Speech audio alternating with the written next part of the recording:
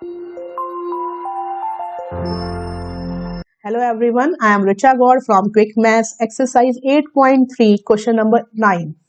Find the amount which Ram will get on rupees 4096 if he gave it for 18 months at 12 1/2% per annum, interest being compounded half yearly. तो main इसमें concept क्या है कि सबसे पहले तो हमें कंपाउंड तो करना है, कंपाउंडेड तो है लेकिन हाफ ईयरली है। तो इसमें जो केस है वो कौन सा है, हाफ ईयरली केस है। और हाफ ईयरली में हम क्या करते हैं, रेट ऑफ इंटरेस्ट को आधा और जो आपका एन है वो हाफ ईयरली की फॉर्म में लिखते हैं। तो पी आ गया हमारे पास सबसे पहले 4096 गिवन है। अब इसमें रेट ऑफ इंटरेस्ट क्या है, देखिए ये है 12 1/2%। तो इसको सिंपल इम्प्रॉपर फ्रैक्शन में लिखेंगे 12 टू द 24, 24 प्लस 1 25/2%। लेकिन ये हो जाएगा आधा क्योंकि हाफ ईयरली करना है। आधे का मतलब इसको एक बार और 2 से डिवाइड करेंगे तो ये बन जाएगा 20/4%। आधे का मतलब 25/4। अब आ गया एन, एन कितना है 18 मंथ।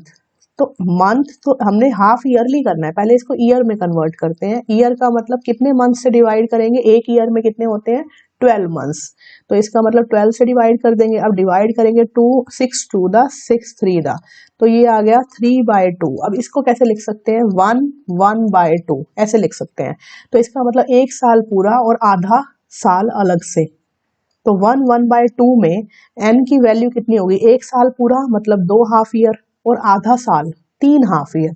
तो ये हो गए हमारे पास 3 हाफ ईयर्स। एन की वैल्यू कितनी आ गई इससे 3 हाफ ईयर्स। अब बस कैलकुलेट कर लेंगे अमाउंट क्या है हमारा P इंटू 1 प्लस R/100 और पावर हो गई n।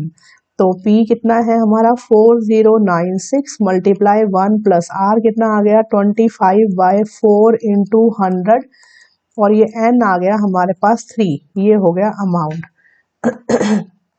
तो अमाउंट आ गया 4096 मल्टीप्लाई नाउ 1 प्लस, अब देखिए यहाँ 25 1 द 25 4 द 100 तो 1/16 हो गया। तो 1 प्लस 1/16 और ऊपर आ गया 3। तो ये बनेगा 4096 मल्टीप्लाई, अब लेंगे एलसीएम तो 16 एलसीएम आ गया 16 प्लस 1 न्यूमरेटर में 17/16। तो ये आ गया 17/16 की पावर 3। तो a कितना आ गया हमारे पास 4096 मल्टीप्लाई 17/16 रेज टू पावर 3 का मतलब ये 3 टाइम्स क्या होंगे मल्टीप्लाई। अब इसको हम निकालेंगे सबसे पहले अगर 8 से करते हैं तो देखते हैं 16 से करेंगे तो 1 मिनट 16 से ही चेक कर लेते हैं पहले एक बार, है ना। तो ये हो जाएगा हमारे पास 16 the 6 the 36 3 carry 6 1 the 96 again 6 and 1 तो ये हो गया 6 एंड ये हो गया 15, ये हुआ 256 66 6 द इज 256। फिर करते हैं दोबारा 16 से, चांसेस हैं सॉर्ट आउट करके देखते हैं 6 36 30 33 3 carry 6 to the 12 and 15 now 6 5 and 2 तो 6 9 10 1 4096 एग्जैक्टली। इसका मतलब 16 का क्यूब आ गया हमारा क्या 4096। तो अमाउंट कितना आ गया फिर हमारे पास 17 मल्टीप्लाई 17 मल्टीप्लाई 17 तो आ गया 17 का क्यूब। तो 17 का क्यूब हम यहाँ निकाल लेते हैं 7 7 the 49 4 carry and then 7 and 1 तो ये हो गया हमारे पास 11 219 को फिर करेंगे एक बार 17 से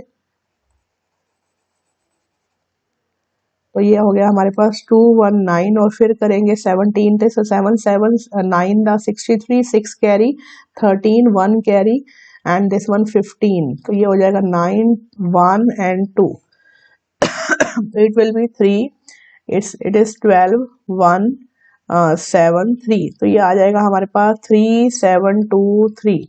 तो ये आया हमारा आंसर अमाउंट सॉरी। तो ये हुआ हमारा अमाउंट जिसका आंसर है 3723। तो ये एक सेकेंड यस तो ये हुआ हमारा अमाउंट। और इसने क्या पूछा है कि फाइंड द अमाउंट। हाँ इसने कंपाउंड इंटरेस्ट नहीं पूछा, हम वो भी निकाल सकते हैं लेकिन उसने सिंपल कहा है फाइंड द अमाउंट। तो ये हो गया हमारा amount 3723 is the answer. Thank you so much.